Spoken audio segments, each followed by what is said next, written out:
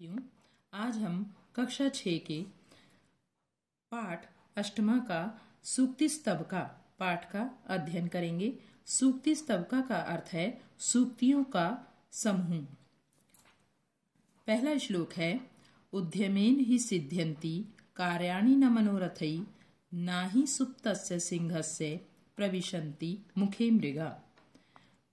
उद्यमेन परिश्रम से ही कार्यों की सिद्धि होती है, मन के चाहने से नहीं। क्योंकि ही का मतलब है क्योंकि सोए हुए शेर के मुख में हिरण स्वयं प्रवेश नहीं कर जाते, अर्थात शेर को भी परिश्रम करना पड़ता है तभी वह अपना शिकार करता है। ऐसे ही मनुष्य को भी उद्यम करना चाहिए, परिश्रम करना चाहिए, तभी उसके मन की इच्छाएं पूरी होती हैं। दूसरा श्लोक है, पुस्तके पठिता पाठा जीवने नैव साधिता किम भवेत् तेन पाठेन जीवने यो न सार्थका। पुस्तक में पठिता मतलब पढ़ाया गया, पाठे जीवनम पाठ जीवन में यदि काम नहीं आता है, साधिता मतलब सिद्ध होना या काम ना आना, नैव का मतलब है नहीं आता है। या बच्चों यहाँ न धन एव में वृद्धि संधि हुई है, तो इस लाइन का अर्थ हुआ पुस्तक में पढ़ाया गया पाठ यदि जीवन में काम नहीं आता है तो किम भवेत् तेन पाठेन, तो उस पाठ को तेन पाठेन उस पाठ को पढ़ने से क्या लाभ, जीवने यो न सार्थका जो जीवन में काम नहीं आता है। अगला है, प्रिय वाक्य प्रदानेन सर्वे तुष्यन्ति मानवाः तस्मात् प्रियम ही वक्तव्यम वचने का दरिद्रता। प्रिय वाक्य प्रदानेन मतलब देने से, तो प्रिय वाक्य बोलने से सभी मनुष्य मानवा मनुष्य तुष्यंती में संतुष्ट हो जाते हैं। तस्मात् प्रियम ही वक्तव्यम, इसलिए प्रिय बोलना चाहिए, बचने का दरिद्रता, ऐसे प्रिय वचन बोलने में कैसी कंजूसी, अर्थात सभी मनुष्य संतुष्ट हो जाते हैं प्रिय वाक्य बोलने से, तो कभी भी हमें ऐसे वचन बोलने में कंजूसी नहीं करनी चाहिए। गच्छन् पिपीलिको याति योजना नाम शतान्यपि अगच्छन् वैन्त्यो अपि पदमेकं न गच्छति। गच्छन् मीन्स जाता हुआ, पिपीलिको कहते हैं नर चीटा, तो जाता हुआ नर चीटा 100 योजन तक भी चला जाता है, अर्थात चलते चलते चीटा कहाँ पहुंच गया ये उसे पता नहीं चलता है और वो 100 योजन तक भी पहुंच जाता है। अगच्छन् जबकि अगच्छन् का मतलब ना चलता हुआ, वैन्ते वैन्ते कहते हैं गरुड़ को, क्योंकि ये विंता के पुत्र हैं इसीलिए इनका नाम है वैन्ते। तो ना चलता हुआ गरुड़ एक पग भी नहीं जाता है, अर्थात जो आपने देखा होगा बच्चों, जो पक्षी होते हैं वो चलते कम हैं और उड़ते अधिक हैं। तो चींटी जो है चलते चलते 100 योजन तक भी पहुंच जाती है, लेकिन गरुड़ जो पक्षी है वो एक कदम भी नहीं चलता है। काका कृष्णा पिका कृष्णा को भेदा पिका केहो वसंत समय प्राप्ते काका काका पिका पिका।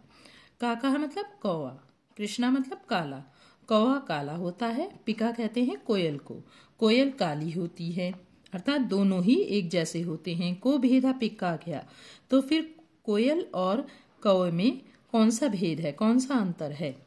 बसंत समय प्राप्ते, बसंत ऋतु आने पर, काका काका कौवा कौवे के रूप में और कोयल कोयल के रूप में पहचान लिए जाते हैं, अर्थात दोनों का रंग एक सा है, दोनों देखने में एक से हैं, कौवा भी और कोयल भी। लेकिन जब बसंत ऋतु आती है तो कोयल आम के पेड़ पर बैठकर बोलने लगती है, तो उससे पता चल जाता है कि ये कोयल है और ये कौवा है। अब बच्चों इसके शब्दार्थ देख लेते हैं।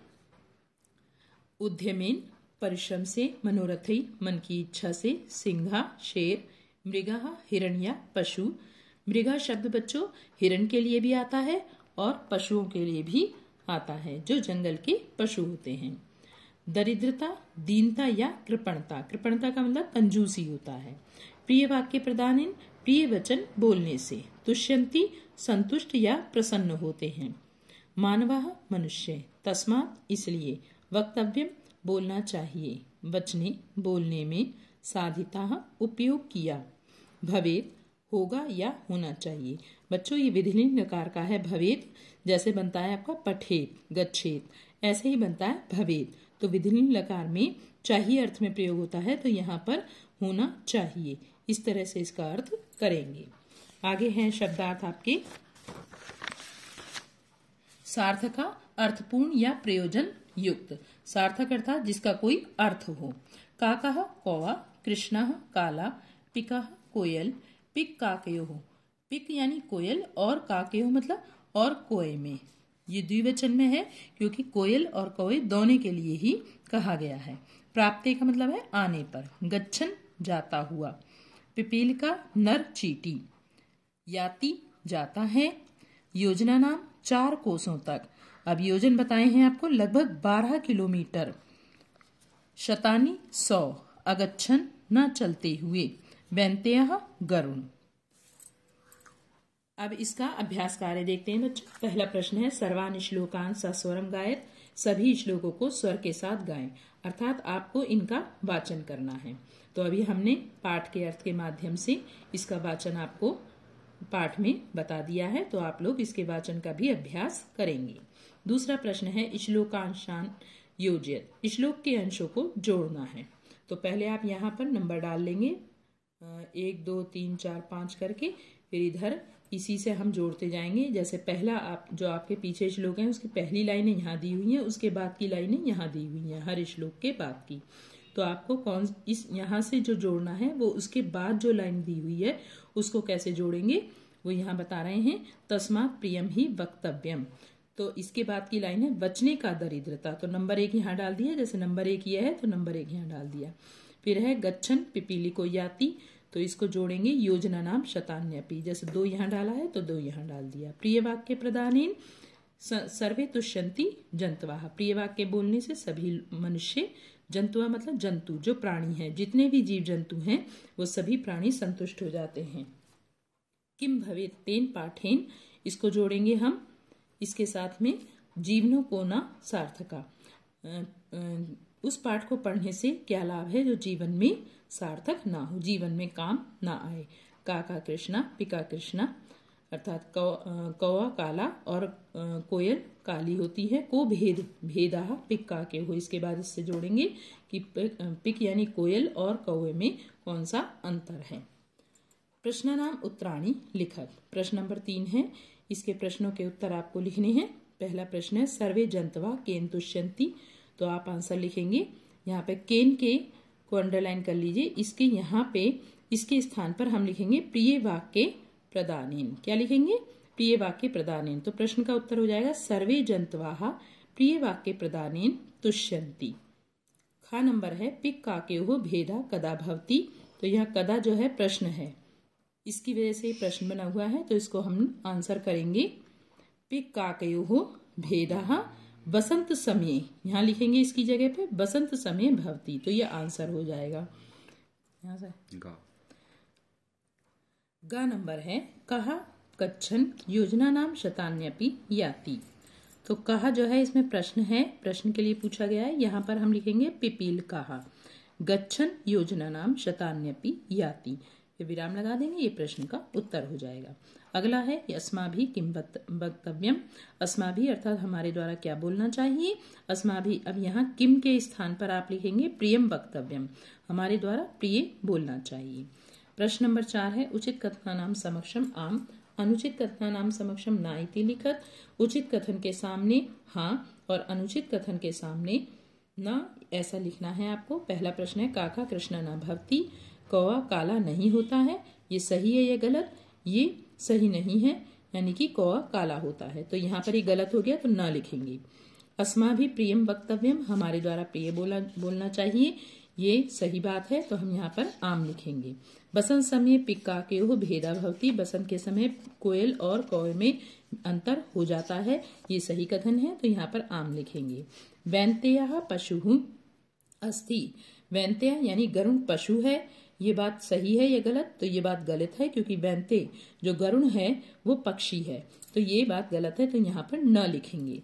वचने दरिद्रता न कर्तव्या, बोलने में दरिद्रता यानी कंजूसी नहीं करनी चाहिए। जो अच्छे वचन है, अधिक नहीं बोलना चाहिए और कम भी नहीं बोलना चाहिए, लेकिन जो अच्छे वचन हैं उनको बोलने में कंजूसी नहीं करनी चाहिए। तो ये बात सही है, तो यहाँ पर हम आम लिखेंगे। तो इस तरह से बच्चों इस प्रश्न को आप पूरा करेंगे। अगला प्रश्न देखते हैं। प्रश्न नंबर 5 है, मंजुषाता समानार्थकानि पदानि चित्वा लिखत। मंजुषा से, मंजुषा कहलाती है बच्चों ये बॉक्स में जो आपके यहाँ पर शब्द दिए होते हैं। तो समानार्थक पदानि, समानार्थक पद चुनकर, चित्वा मतलब चुनकर, लिखत मतलब लिखो। तो समानार्थक पद जो होते हैं जैसे वचने, वचने का समानार्थक इसमें से कौन सा हुआ? कथने। वचने का मतलब भी वचन है और कथन का मतलब भी वचन है, तो ये दोनों समानार्थक हो गए। तो यहाँ पर नंबर 1 पे हम लिखेंगे कथने।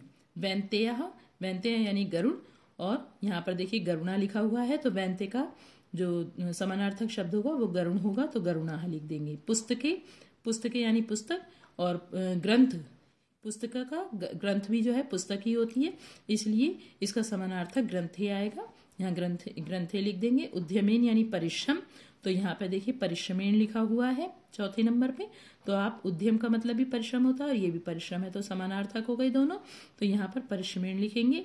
पिका, पिका का मतलब कोयल होता है, तो देखिए यहाँ पे कोकिला लिखा हुआ है, तो यहाँ पर पिका के साथ में कोकिला लिख देंगे, यानी पिका का मतलब भी कोयल होता है और कोकिला का मतलब भी कोयल होता है, तो दोनों समानार्थक हो गए, यहाँ पर हम कोकिला लिख देंगे।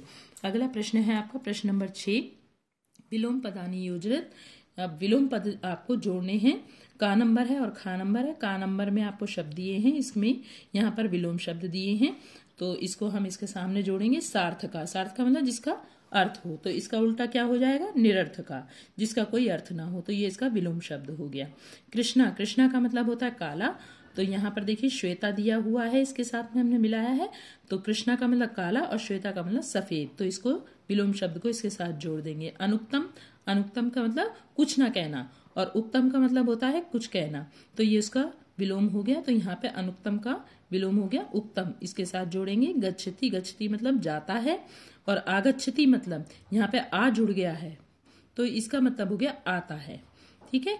तो जाता है का विलोम हो गया आगच्छति यानी आता है। जागृत से मतलब जागा हुआ, और सुप्त से मतलब सोया हुआ, तो जागृत से जागे हुए का विलोम हो गया सुप्त से, तो जागृत से सुप्त से, इसको इसके साथ मिला देंगे। बच्चों आप चाहें तो इसके सामने सामने भी सही आंसर लिख सकते हो, वो ज्यादा अधिक उचित रहेगा। तो अब आपका ये पाठ यहीं समाप्त होता है। धन्यवाद।